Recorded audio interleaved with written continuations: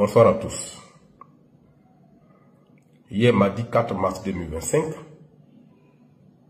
l'éléphant déchaîné a mis à votre disposition les résultats de sa première enquête sur l'ensemble des affaires foncières dont il a été saisi par de nombreuses victimes qui ont un point commun, c'est qu'elles sont toutes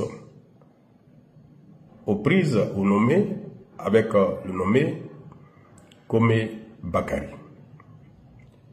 La première affaire sur laquelle nous avons travaillé et dont vous avez eu les résultats hier dans nos colonnes concerne l'histoire de Dame Touré Hélène, épouse Thierry, qui accuse le nommé Komé Bakary d'avoir abusivement détruit sa maison et par derrière d'avoir revendu à une autre personne la parcelle qu'elle avait achetée avec M. Kwame Ngouran Kwame Léon. Pour comprendre l'histoire, comme à son habitude, l'éléphant déchaîné, à travers ses journalistes, a fait des investigations, a entendu les parties, a entendu Dame Touré, a entendu l'avocat, a entendu M. Ngouran Kwame lui-même, a approché M. Komé Bakary formellement par écrit pour demander sa version des faits. Mais ce dernier n'a pas voulu répondre aux questions de l'éléphant déchaîné. Les investigations réalisées par les journalistes ont permis de mettre la main sur une documentation très instructive dont l'exploitation a permis de comprendre l'histoire et de remonter jusqu'à son début en 2006. L'affaire est très simple et je m'en vais en quelques minutes vous la résumer pour ceux qui n'ont pas pu lire notre enquête dans nos colonnes. Il s'agit de quoi?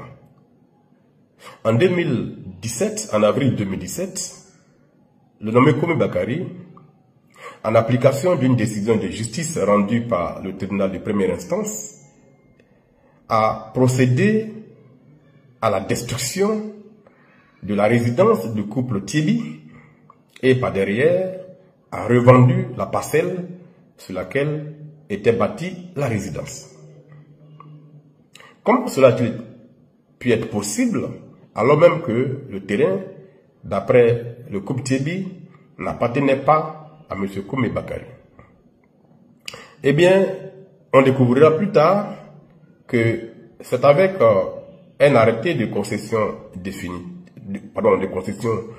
provisoire, ACP qui a été remplacé plus tard par l'ACD. Donc c'est par un arrêté de concession provisoire que le nommé Komé Bakary avait obtenu la décision de justice avec laquelle il a agi ainsi qu'il l'a fait.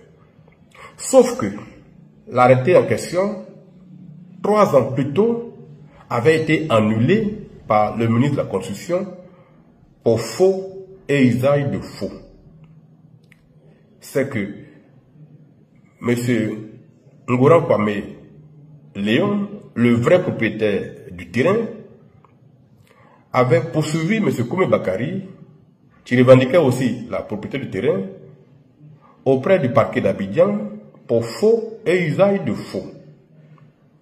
L'enquête diligentée à la suite de cette procédure, à la suite de cette saisine, sur réquisition du procureur de la République, a permis à la gendarmerie, brigade de recherche, de conclure que c'est par des moyens frauduleux que M. Komé Bakary avait obtenu l'arrêté de concession provisoire, ACP.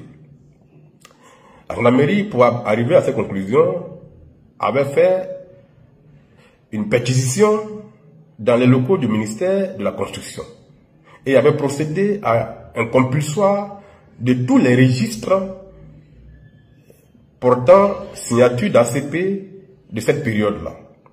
Et cette perquisition avait permis de découvrir que M. Komé Bakary ne figurait dans aucun registre comme bénéficiaire du lot en question, d'une quelconque pièce qui lui aurait permis d'avoir l'ACP. La même procédure a été réalisée par la gendarmerie au village de Ababou Baouli. Donc le guide de ce village avait été compulsé par la gendarmerie et ce compulsoire avait permis d'aboutir au même résultat, à savoir que M. Koumé Bakary ne figurait pas dans ce guide-là comme attributaire du lot sur lequel il avait réussi à se faire délivrer un arrêté de concession provisoire. Sur quelle base donc M. Koumé Bakary avait obtenu ce document? Les enquêtes de la gendarmerie ont permis de tomber sur une lettre d'attribution datée de 1999, délivrée au bénéfice de M. Koumé Bakary. Sauf que, expertisée, cette lettre d'attribution était une fausse lettre d'attribution, puisque son numéro d'enregistrement correspondait à un arrêté signé par l'ancien ministre de la Construction, arrêté portant retrait d'une parcelle à une autre personne qui n'avait pas pu la mettre en valeur. Donc, le document dont se prévalait M. Koumé Bakary était un faux. Sur la base donc de ces révélations et de ces découvertes, la direction juridique et du contentieux du ministère de la Construction a instruit un dossier en annulation de l'arrêté de concession provisoire de M. Koumé Bakary pour faux et usage de faux. Et sur la base de cette instruction, le ministre de la Construction a donc annulé l'arrêté de concession provisoire de M. Koumé Bakary. Le ministre a notifié cette annulation à M. Koumé Bakary à travers une lettre dont M. Koumé Bakary a reçu copie. La gendarmerie donc a produit les conclusions de son enquête auprès du parquet en déclarant que c'est par des moyens frauduleux que M. Koumé Bakary a obtenu son ACP et que cet agissement correspondait à ce qui est qualifié de faux et usage de faux. Sur la base donc de ces conclusions, le procureur de la République près le tribunal d'Abidjan a demandé l'ouverture d'une instruction judiciaire contre M. Koumé Bakary. Et cette instruction judiciaire a été confiée au 6e cabinet d'instruction, lequel a inculpé formellement M. Koumé Bakary pour faux et usage de faux. La procédure d'instruction était donc en cours quand, en 2016, M. Koumé Bakary a débarqué avec une décision rendue en application ou bien avec l'arrêté qui avait été 3 ans plus tôt annulé. Donc il a induit en quelque sorte le tribunal en erreur puisque l'acte par lequel il avait introduit sa procédure était un acte frauduleux définitivement annulé par le ministre de la Construction. Comment donc a-t-il pu obtenir cette décision du tribunal?